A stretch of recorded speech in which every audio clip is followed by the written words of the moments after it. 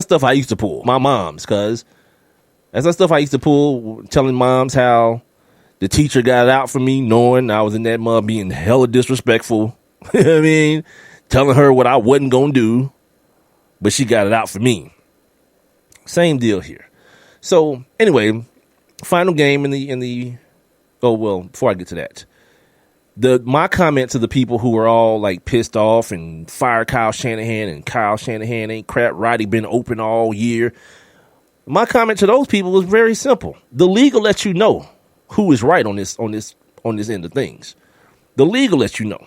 Because everybody was like, yeah, he'll just show up down there in Tampa Bay. And I said, how? When they got Vincent Jackson, they got Mike Evans, they got the kid Safarian Jenkins, they loaded. And Roddy ain't no slot guy anyway. He's an outside receiver. They're full, but we'll wait and see. Because everybody want to be so, immediately reactive to the thing that happens. And no one comes back later on and say, man, I was wrong about that. Yeah, the league will let you know. And the league let you know Roddy can't play no more. And it's what's going to happen with everybody. I interviewed Roddy White before, and I asked him a specific question. I really hate that I can't find that audio anywhere. It's a bunch of, oh, God. Yeah, we used to have to record our show on CDs. And I got like a bunch of CDs, old Sports King CDs. It's probably on one of them. And I asked that dude very, point blankly, when it's time for you to go, man, are they going to have to rip the jersey off your back, or you going to know what time it is? He's like, no, I'm not going to be that guy. I'm not going to be that guy to stick around, until, I have to go. And fooling myself to thinking I can't play. I'm paraphrasing, of course. And, it's one of those things that, of course, I don't think you could ever hold anybody to that type of stuff, to what they say, because it's easy to say that when you're 20, whatever years old, 25, 6 years old. It's just like saying, the first thing I'm going to do when I hit the lottery, I'm going to give my 10% to the Lord. I mean, that's cool until you get that check for $100-something million and you realize that 10% is $10 million. You know what I mean? It's cool for you to say that and it sounds good and all those good things. So for him saying that, that's one thing. But now it actually came to be. And Roddy's still fighting that fight, man. That, something was wrong. And he's bearing out these what I'm gonna call female-like emotions and pandering to a hurt fan base. The people here in the A, they still heard about this situation, man.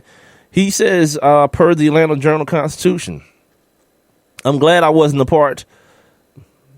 Okay, this is the first lie. I forgot, I read this earlier, but now I'm reading it again. I'm glad I wasn't a part of that team. No, you're not glad. He goes on to say in the quote, because I probably literally would have fought him, White said, talking about Kyle Shanahan. He goes on to say, this is the pandering part. Listen carefully. You destroyed a dream for a city. It's bigger than me. Of course, you're not even on the team. The city of Atlanta needed that championship, and you had it. I'm going to deconstruct this whole thing as I go along. How did the city need the championship? We can't. Many people do that.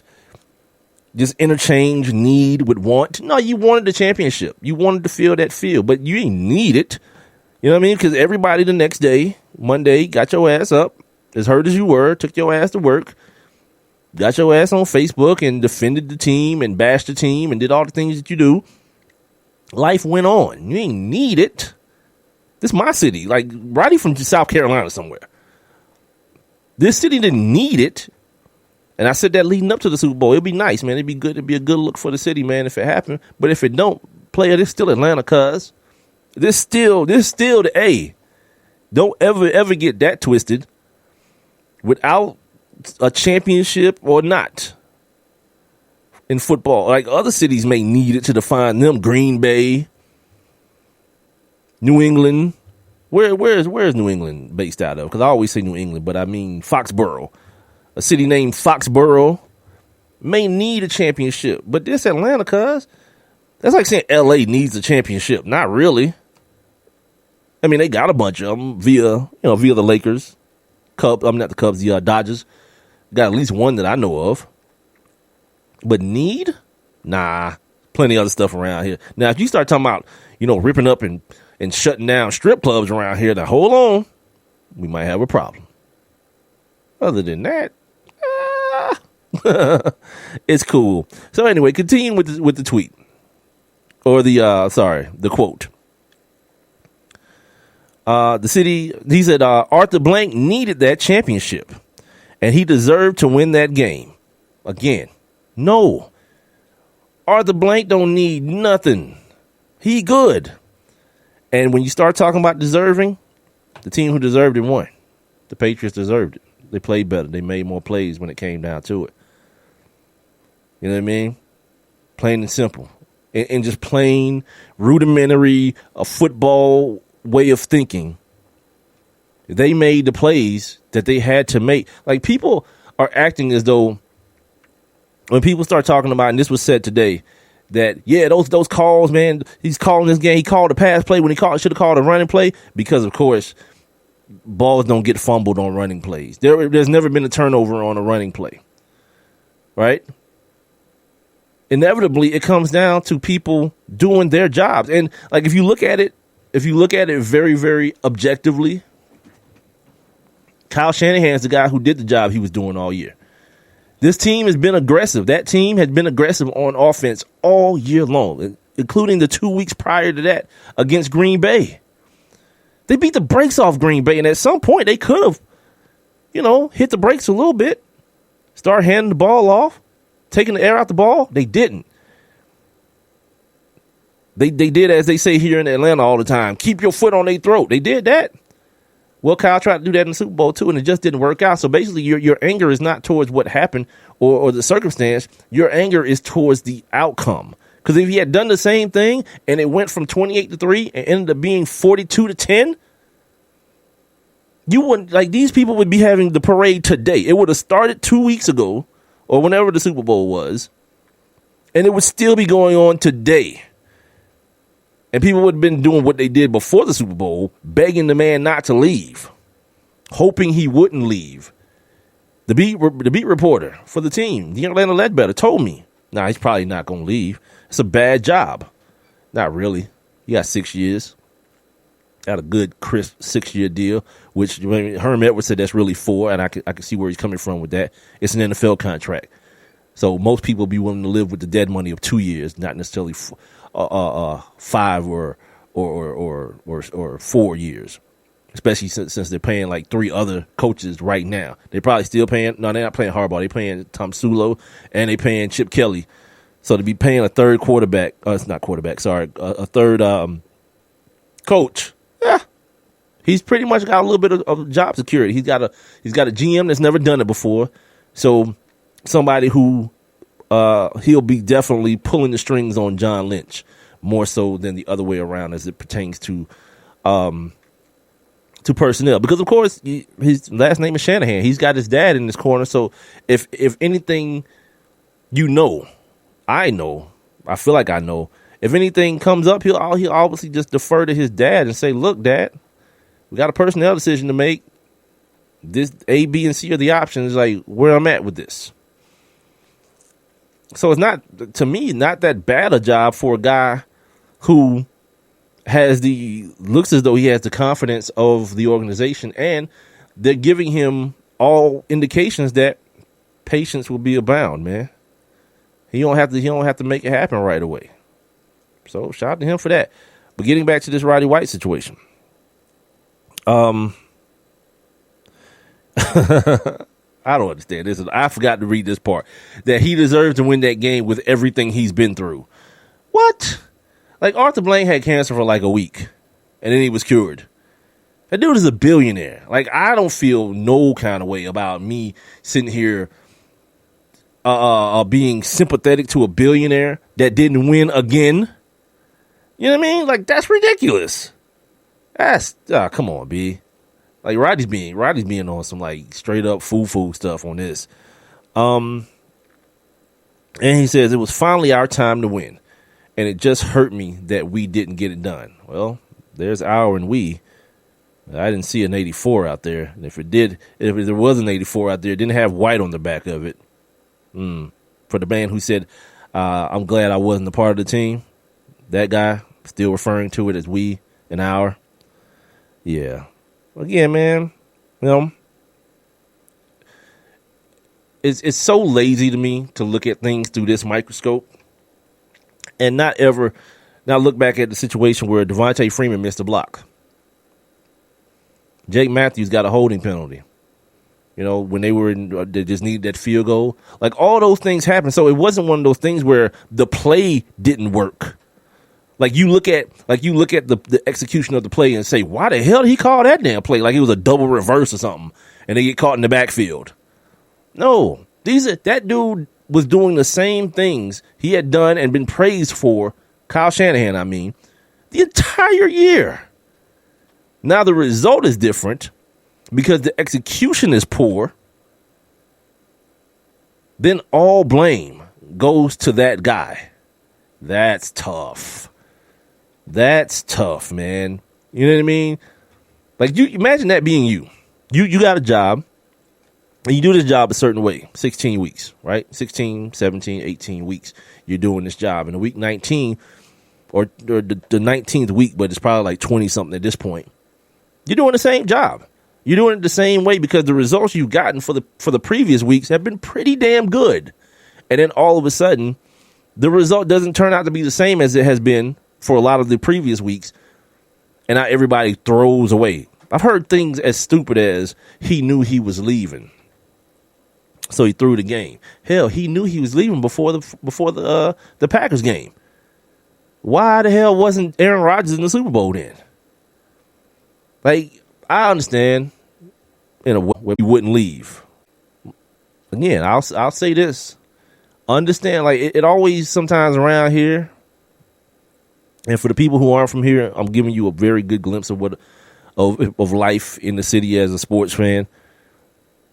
It's always one of those things that you want until you don't want it no more. So next year, you got a new offensive coordinator, drunk ass Sarkisian is in the building. So when he's rolling out from Magic City early one Sunday morning to go to the game and call plays with glitter all on him and his breath smelling like E&J, you'll realize, man, that this was the loss is the loss, man. It was a special loss in a negative way, but it was a special season. And the stuff that I'm seeing, these photos of that appear that James White's knee was down and on that last play of the game, and oh God, LIG, man, you got to let it go. It's the One Mic with Big Mike show here, Spreaker.com being here. And the Spreaker app, you can download that from your app store. If you already got the TuneIn app, I'm there too. And I'm on the OneMicWithBigMike.com website. The show can also be heard on demand on all of those platforms, as well as on iTunes, iHeartRadio, Stitcher, Google Play Music, and YouTube. Check out the live stream going on right now on the Facebook page at One Mic with Big Mike. Make sure you like the page too, and click on one of those little tabs for Instagram and Twitter so that you guys can check out the hashtag, put it on the poll questions that are brought to us by sportsnewsandbrews.com. Let me update those for you real quick here. I got a couple up for today already, and we'll do more of these in-show here coming up pretty soon. I got somebody that's about to start helping out with the show a little bit. So once I get him up to speed, we'll be moving this thing forward. So starting from the top, moving down, do you think there's anything fishy about Tom Brady still being about to play NFL quarterback? Nope, I wrote that so wrong. Tom Brady being able to play NFL quarterback this well at the age of 40, still 100% saying it may be a little bit fishy. And I'll tell you even more why it might be. This show is going to take 2 hours. I didn't think it would, but whatever. This is some wild S, fair or foul. This video of these teachers being, what am I trying to say? They're being videotaped while playing that game, what is it, Marry, Kill, or F, and they're playing it about kids that they teach. Some of the kids are special needs kids. It's a bad guy move, you know what I mean? But I don't know if that is not an even more bad guy move to actually be to be taping people, you know what I mean, blowing off steam or saying things in private that they probably wouldn't say in public. I think that's a bad move. I felt that way. Even, you know, as racist as that dude Donald Sterling, as bad a guy as that dude Donald Sterling is, I still felt like that was kind of, you know, ratchet as well for people to be taping people without their knowledge when they're saying things, you know, in private, no matter how vile or ridiculous those things may be. Did y'all know this was a thing, that emoji translation is actually a thing, and it's a job that people are looking for people to be emoji translators in a real, like, official capacity too, like in legal ways too. Crazy as hell, but it's the new age, cuz it's where we're at. And finally, what percentage chance do you give the Mayweather McGregor fight of actually happening?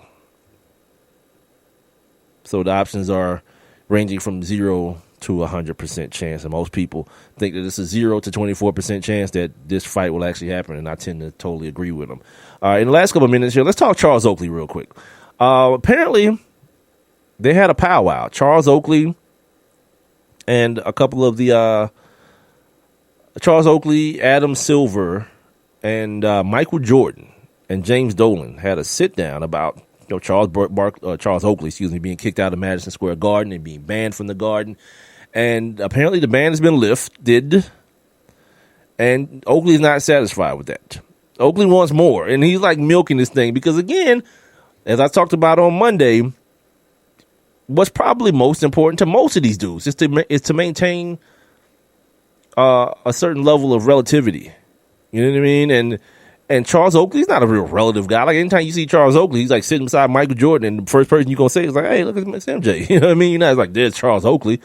And like, Charles is getting a little taste of that fan backing and people chanting his name. LeBron, of course, doing the most, going extra. Oakley for president and all this foolishness.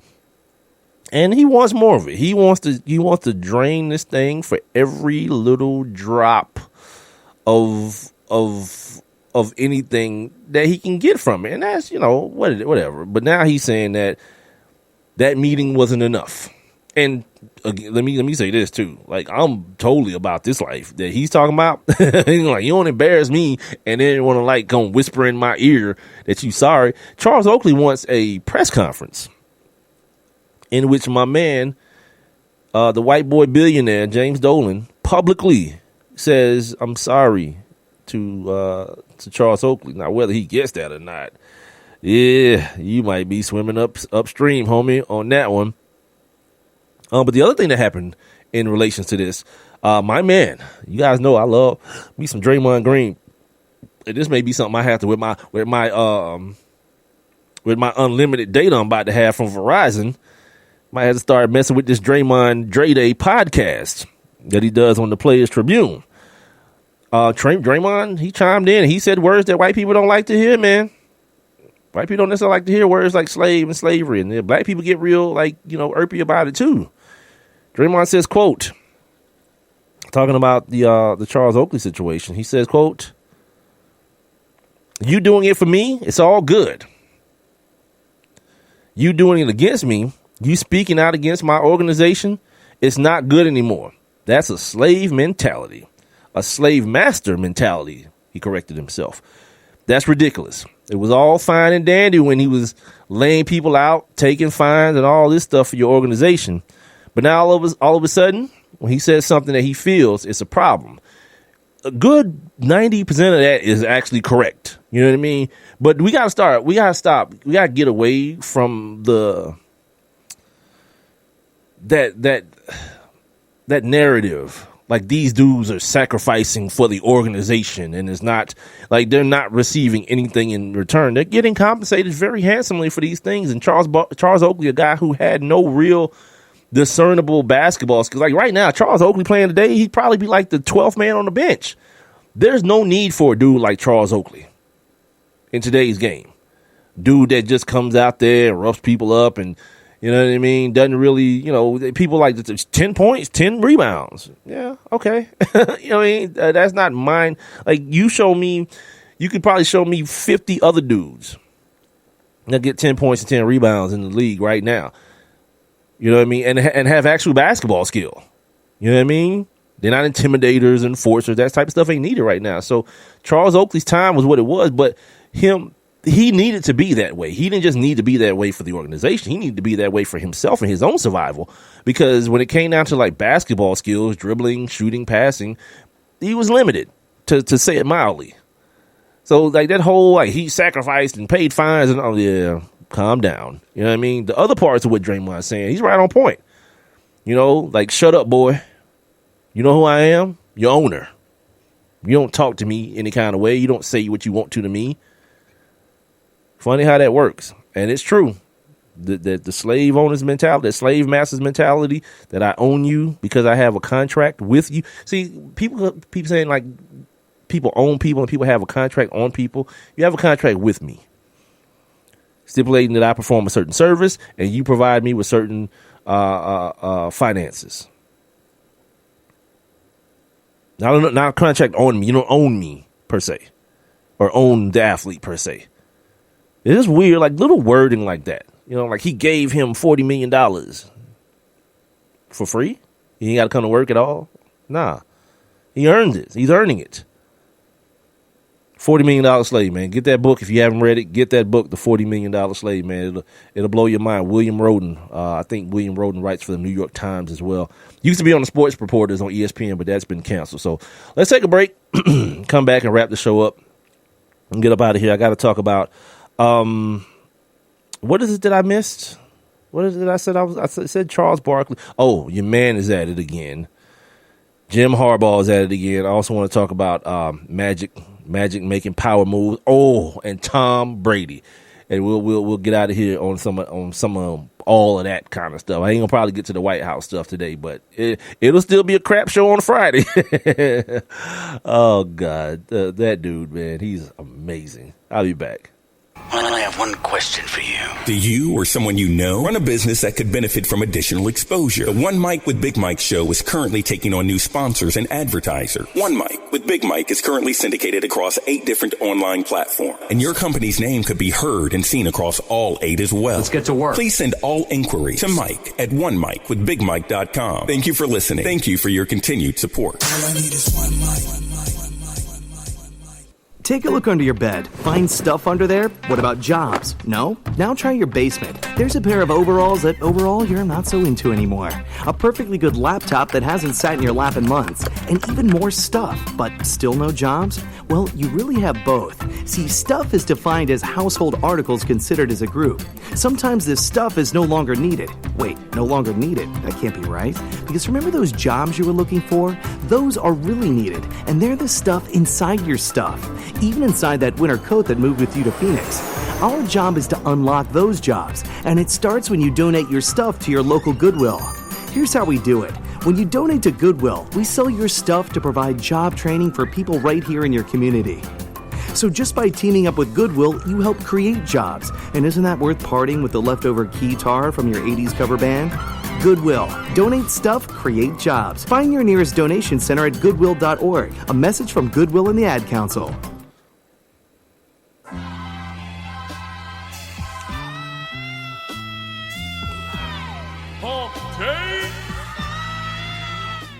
Oh, I missed the rejoin on that one.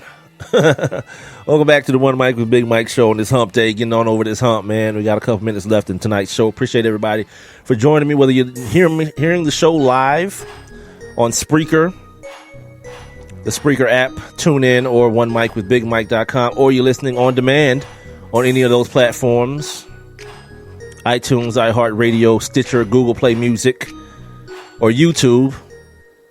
I appreciate you, man. Thank you. Tell a friend to tell a friend, man. Make sure you hit the share button while you're listening, and make sure you hit the little heart icon to indicate that you like the show as well. Check out the live stream going on right now on Facebook Live, or facebook.com/1MICWITHBIGMIKE. It's right there for you. You can leave comments below it, ask questions, tell me how much of an idiot I am, however you want to run it. You can also jump inside the live interactive chat room here on Spreaker. All you got to do is please sign up for your free Spreaker accounts. It's just like signing up for any other social media outlet. And then once you do that, search for One Mic with Big Mike. It's like Mike. The first mic is like a microphone, and the second mic is like my name. One Mic with Big Mike. And then follow my show. That way you get an alert every Monday, Wednesday, and Friday when the show goes live. And also it gives you access to the live interactive chat room where all you got to do is click on that little thought bubble icon on the streaming player. It'll get you straight up in the live interactive chat room. If you want to leave a message, listening on demand, you can do so. You can do so that same way as well. My man Big L does that all the time. He might listen to the show later on. Send me a message. Let me know he's listening to the show so you guys can do so as well. Or just text me at 404-902-8104 and hear your text read live during the show. All right. So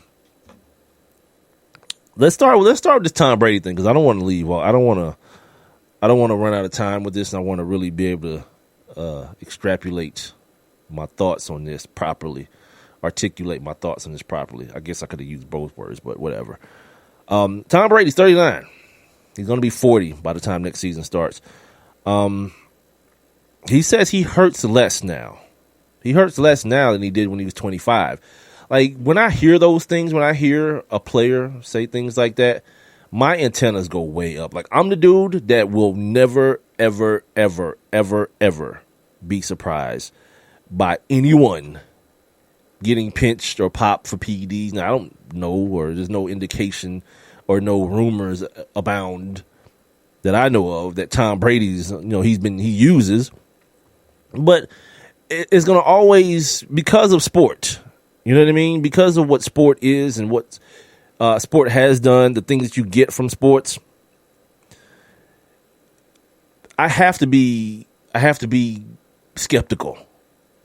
When people start talking about Tom Brady today, I heard Michael Smith say Tom Brady's apparently found the fountain of youth. If it's Tom Brady against Father Time, I'm going to bet on Tom Brady. What? Nah, nature doesn't work like that, Pim. I don't give a damn how many avocado smoothies you drinking and all that. You know what I mean? Here's the thing, too. I said this about Peyton Manning. When Peyton Manning was caught up in that Al Jazeera stuff and they was talking about, he may have taken human growth hormones. I was like, that dude's neck was broke. He needed to regenerate nerve. I don't care. I'm not a moralist when it comes to this stuff, dude. Like, I'm here for the entertainment.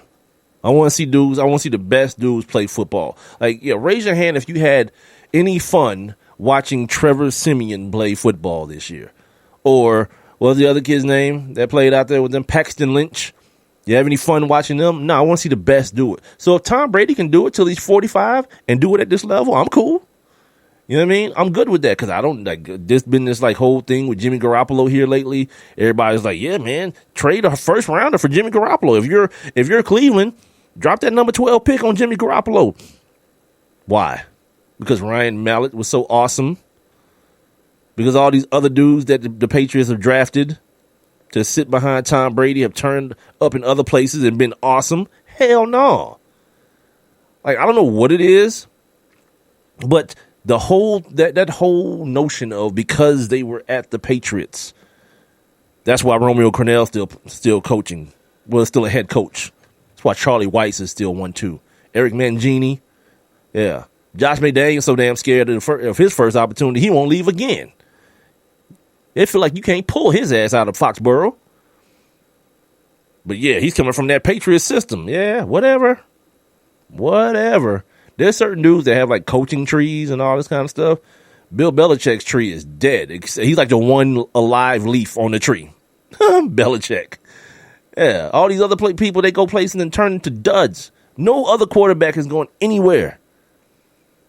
Brian Hoyer or whoever, after sitting his ass behind Tom Brady. But now all of a sudden, Hugh Jackson and the boys, they got to give up a first. Yeah, I'm kind of good, B.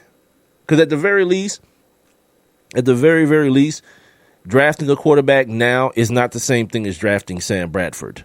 You know what I mean? Or Jamarcus Russell. You don't have to give him $50 million no more. It's $20-something million, couple years. You don't want to pick up the fourth year, the option years. Cool. Move on, go get you another one. Trade him in for a better model. Yeah, you ain't gotta rush that no more. Put him on the field. Well, you got to kind of put him on the field immediately because you only got really 3 years to evaluate him. But you ain't putting out a whole lot of money for him. A guy like Jimmy Garoppolo is probably going to step in the door and be like, look, man, we got to renegotiate some things. before I sign my paper. Like, you're not going to get me in here. Because he still got another year under that deal with the Patriots now. But they're not going to renegotiate for him for starting quarterback money. He's losing money if he re-signs with them. So if, he either plays the year out, becomes a free agent, then gets that big-time quarterback money, or gets traded to another team. But then when he gets there, you're not gonna sit this dude nowhere. No agent worth his salt is gonna be like, all right, good, you got my guy Jimmy. Have fun this year. Nope, you renegotiate immediately. Before the trade is complete, a renegotiation has to be in place. And everybody seems to be real confident in Jimmy Garoppolo. All right. Once again, just like that Roddy White thing, the league will let you know. You don't have to guess. You don't have to do that. I know it's fun to watch that stuff on TV and these guys make their prognostications and all that. Shout out to the homie Reggie. Reggie's going to be helping me out with the show here in a little bit. Checking in here on Facebook. Yeah, people like to act like they smarter than the next man. They love this and that. Yeah, all right. We'll see. Tom Waddle. You got to believe that Jimmy Garoppolo is probably a better player than he was coming out of Eastern Illinois because he sat in that meeting room with Tom Brady. You know what else I want to know, too? The next time, let me think who. Maybe Rand. Rand does player personnel for the Rams. The next time I have him on the show, and we'll probably have him on around the Combine time. Hopefully, we can get him on from the Combine. But I want to know, why is it the starting quarterback needs to have all of the reps at practice? That seems weird to me. And here's why. Because you depend on your backup quarterback.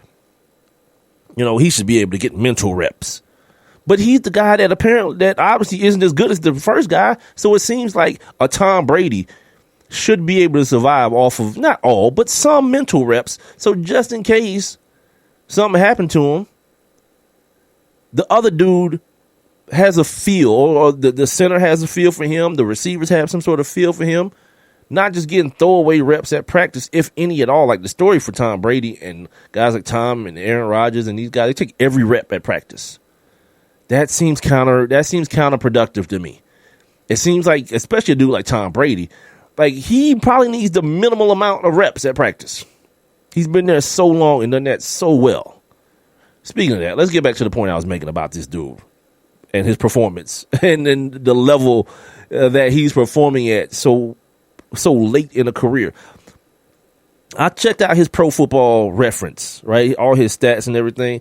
Like this dude, let me give you guys the games played after 2000 when he took over for Drew Bledsoe in 2001.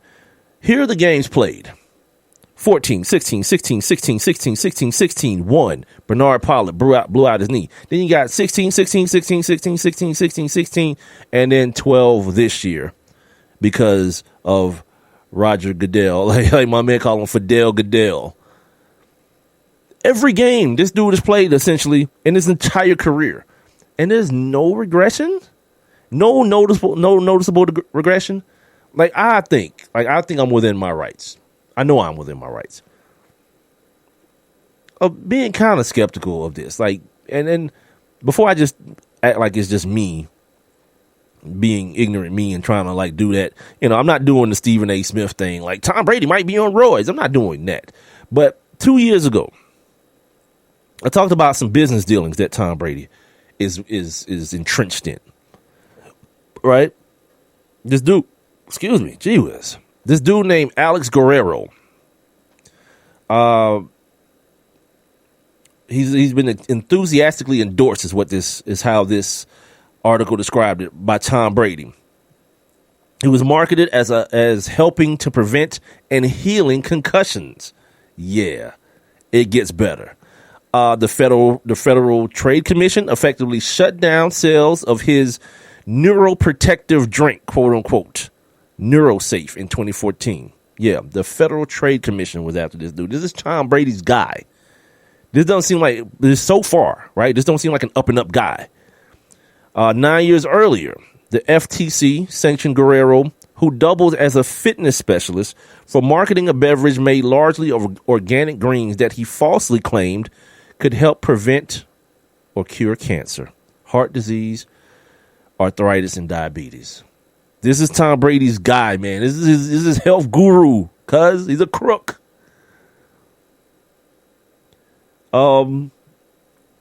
This still hasn't, Robert Kraft and Bill Belichick, they love having this dude around. The TB12, sound familiar? Tom Brady 12, TB12 Sports Therapy Center is at Patriots Place complex in English, adjacent to Gillette Stadium, meaning he has a shop at the stadium. The team has paid Guerrero and his staff to provide treatment services and nutritional advice to multiple Patriots players. It's real in the field, dude. Like, this is not one of those, you know what I mean? This is not me saying, what the hell is Tom Brady doing? Like, how is he at 40 still being this good? Like, this good. Like, this is not a dude who had time off, who walked away from the game and came back. You just heard me say this dude has played every game, and he's getting better. That dude threw 2 interceptions this year. 2 interceptions. Before that, his low, outside of the year he got hurt, his low before that was 7, which was last year. I'm sorry, 2010. That was the Randy Moss year, right? He threw 4 that year. So between 10 and 16, you see where I'm going with this? Like, I don't know. And like, look, dude, I'm always in the mindset that, and I'm sure many of you can agree with this, that the scientists, will always be ahead of the science. You know what I mean? Like, you got these tests and people, all these sports organizations, these leagues brag about how official their tests are. Come on, man. You know, what's the best way to pass a test if you already know what it is, right? Like, if you already get the test the night before, you better get 100 or at least close, so to make sure they don't know you cheated. You might just want to get like a 97, 96. You know what I mean? Miss a couple on purpose. That's how I used to do it. So yeah, these scientists know what the tests are, so of course they know how to maneuver around them. So it's the typical cat and mouse game. And for like that dude that got popped for A-Rod, that dude that's in jail now, I can't think of his name, for A-Rod. Think about this for a second. A-Rod never failed a test. It was just the outside evidence that implicated him, and then he admitted it. I think he admitted it, right? But he never failed a test. Roger Clemens never failed a test. Barry Bonds never failed a test. You know why? The dude that was giving A-Rod his stuff said that they know the dosing and how fast it metabolizes in your system. So if you take it at this certain time, if you take it specifically the way they tell you to take it, you won't get caught. And yeah, these dudes didn't get caught. They didn't like Brian Braun, these cats. Well, Brian Braun, he ruined some dude's career. Anyway, getting back to this dude Guerrero. They have a financial arrangement with TB12. It has continued despite complaints from the team's medical and training staff to Patriots coach Bill Belichick about Guerrero's alternative health practices and questionable background. Like, this will come up at some point again. Like, somebody's gonna do what I'm doing. Go back to, when was this? This was 2015. And somebody's gonna pick this up and see what the real beef is. These medical professionals got a problem with the snake oil salesman. You don't say, right? The Patriots have accommodated Guerrero, who is also the godfather of Brady's son Ben, by dedicating a room at Gillette Stadium for him to treat players away from the regular medical and training staff, undercutting. You know what I'm saying? Undercutting the people who went to school and got degrees and all this kind of stuff. They have routinely granted him sideline credentials for home and road games. He travels on the team's charter. And earlier in that year, 15, he received a diamond-encrusted Super Bowl ring engraved with the team owner Robert Kraft's motto, "We are all Patriots." Yeah. It pays to know the right people. Feel me? Oh, yeah. It pays to know the right people. It goes on to say the Patriots and Brady permitted Guerrero to continue treating players and TB12 clients during a 14-month state investigation into allegations He was practicing physical therapy without a license. He was cleared last year in a letter instructing him to abide by state regulations in supervising licensed therapists at the TB12 Center. Guerrero, in addition to running afoul of the FTC, also has a long history of financial troubles, bankruptcies, and legal entanglements. They include, he said in a deposition to the U.S. Securities and Exchange Commission, investing him in 2011. The SEC enforcement records indicated that no public action was taken against him. Guerrero's admitted falsehoods, claiming he conducted a clinical study in which all but 8 of 200 terminally ill patients lived at least 5 years by following his alternative health recommendations. He had once falsely claimed to have sold a company for $500 million to Richard Branson's Virgin Atlantic. Yeah, this dude's a crook, man. This is Tom Brady's main man. So, like, when I'm sitting here asking the questions, man, like, what kind of stuff you think Tom Brady might be up to, I think they're legitimate, man, because this don't happen. Like, my man Jarvis mentioned Brett Favre, but, like, Brett Favre, you saw the age in Brett Favre in his final years. You know, the thing that he maintained, though, because he had, like, Sidney Rice and those guys with Minnesota, he maintained that arm strength. But there were problems when he was with the Jets, remember? There were problems when he was with the Jets. Him staying healthy, Mangini wanted to rest him, thinking about breaking the streak of consecutive games. One of the reasons Mangini probably got back in the league. Oh, he got back into the league, didn't he, with the Browns? Well, that don't count. I don't think that counts. And then he went to Minnesota. The arm strength was there, but Favre looked old. Brady said today with Peter King that he hurts less. His body hurts less now than when he was 25 years old.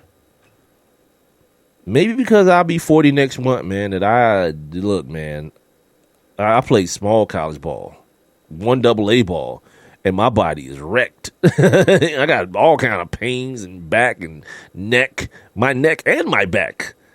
Yeah, cuz, yeah. All I'm saying is, man, like, don't be that fan that's amazed. You see this dude, you know, beating Father Time and all these ridiculous things that people say, and how you feel like, you know, he's found the fountain of youth. And no, don't do that. Don't do that, because nobody's immune. Think about what Tom Brady has, man, going for himself. Like, Tom Brady don't do nothing else. He play football, man. Like Peyton Manning's all on freaking Papa John's commercials and being on Saturday Night Live. Tom Brady plays football and bangs his supermodel wife. You know what I mean? You see him doing endorsements, like a lot of print stuff. Like, this year was like the first year that's really seen Tom Brady. Like, he did that Foot Locker commercial, and then at the Super Bowl, he did that local commercial for that pet scan place. But you don't really see Tom Brady talk on commercials, maybe because now he's getting older and, you know, it's time to bow out of the league almost, but it will let him put it 5 years away from bowing out of the league. But even look at Drew Brees. Like, Drew Brees is putting up numbers, man, but Drew Brees is, you could tell, is different. Drew Brees is putting up them numbers because of Sean Payton's system. They throw the ball every damn play, and he's a good quarterback. But you can tell, you can see a quarterback that's aging in Drew Brees. Tom Brady, not so much. Like, he's getting better. I think that's the thing. Like, Barry Bonds would have been, if Barry Bonds was like, if he maintained, it'd have been like, all right, you know, yeah, Barry Bonds, great baseball player. But that dude got exponentially better. Like, I'm not saying Brady's exponentially better, but he's getting better, man. We'll see, man, as the years go by. If this dude makes it to 45, I'm definitely calling foul. I'm talking about if he makes it to 45, injury free, all those things, I'm calling foul as hell. He told Peter King during the interview, check out the malleability of my muscles or something, like he said. Yeah, Google Tom Brady combine photograph. Just Google that. Feel the malleability of my muscles. That's not weird at all. Yeah, dude. There's something going on with old Tom. Let's wrap this up, man, so I can get the hell up out of here. I got to watch some basketball. I got to get up early in the morning as well. Appreciate you guys for joining me. Everybody checked in here on Facebook. What do we have here? Oops, damn it. I clicked something that I shouldn't have clicked. I'm sorry. All right, let's see what else we got here. Not going to talk about, one last thing on the Falcons, and it does relate to Tom Brady too. So the zoo here in Atlanta made a bet with the zoo in Boston to they would name a baby animal after the quarterback who won the Super Bowl.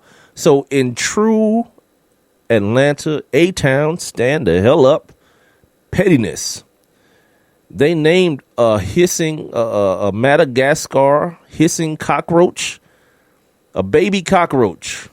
They named him Tom Brady down here at the Atlanta Zoo. Oh, the pettiness is real. I figured people thought it was going to be like a gazelle or some beautiful animal, a tiger. They named a cockroach. And I heard this morning they say that those are the cockroaches if you ever see on movies, those big roaches that they look real nasty, but they use them because they're real slow and they don't fly or anything. So that's why they use that's that cockroach. If you can picture what I'm talking about, the ones that they use on most movies, those big huge ones you see, I guess like on Men in Black, things like that. Yeah, so weird stuff. I'll save this Jerry Sandusky thing for Friday's show. Looking to have a special guest on Friday, not confirmed yet, but real crazy story. Could have went to jail for a long time. Guy who played at Virginia got drafted into the league, and you probably don't know a lot about it because his circumstance was going on around the same time as Aaron. I think he got cut from the team the same day Aaron Hernandez got suspended or got told to go home from the Patriots. So, yeah, it was a little bit more stuff going on, and you might not have heard about this kid. So I'm looking to get this confirmed tomorrow for Friday, and then we'll hear about his story and his path the path that he's trying to take to get back into the NFL. So I don't remember. I can't, you know how bad I am with names, so I don't have his name right on the top of my brain. But should be interesting. Shout out to my man Jordan Morgan, man, for joining me tonight. Jordan Morgan seems like a good kid, man, out of Kutztown in Pennsylvania. Hopefully we'll be able to do some more of those with some more kids like that, man, that, the kids that got to fight. Not the Leonard Fournettes, and not saying that, Leonard Fournette doesn't have his own set of circumstances, but like kids who, showed up at Kutztown University and now have a chance to play in the NFL. That's not the most obvious route. He's the third person. It's him, a linebacker in 96, and the great Andre Reed in 85. So it's a lot of years in between Kutztown University players showing up in the NFL draft. So shout out to the dude, Jordan Morgan. I definitely appreciate him taking time out of his schedule. He's at Jordans 3 on the old Twitter. So go ahead and give him a follow or whatnot. Yeah, that's going to do it, man. Hump Day is in the books. Your man, Big Mike, I'm out of here. One last one. Shout out to our Women Crush Wednesday for the day as well. At _NVZEE. So we'll come back and do it on Friday. I am No Doze. Appreciate you, Big L. My man, Russ, we'll talk here pretty soon, Russ. Everybody who checked in on the old Facebook and whatever. If you're listening on demand, go ahead and hit like. If you're watching the video, subscribe on YouTube. Subscribe to my YouTube channel, One Mic with Big Mike. Follow me on iHeart. Follow me on TuneIn. Subscribe to the iTunes as well. Sign up for your free Spreaker accounts as well. Then search for One Mic with Big Mike and then like the show. That way when the show goes live every Monday, Wednesday, and Friday, you get an alert telling you it's time to rock and roll. I think that's it, man. So until Friday, y'all be safe out there and holla at your boy.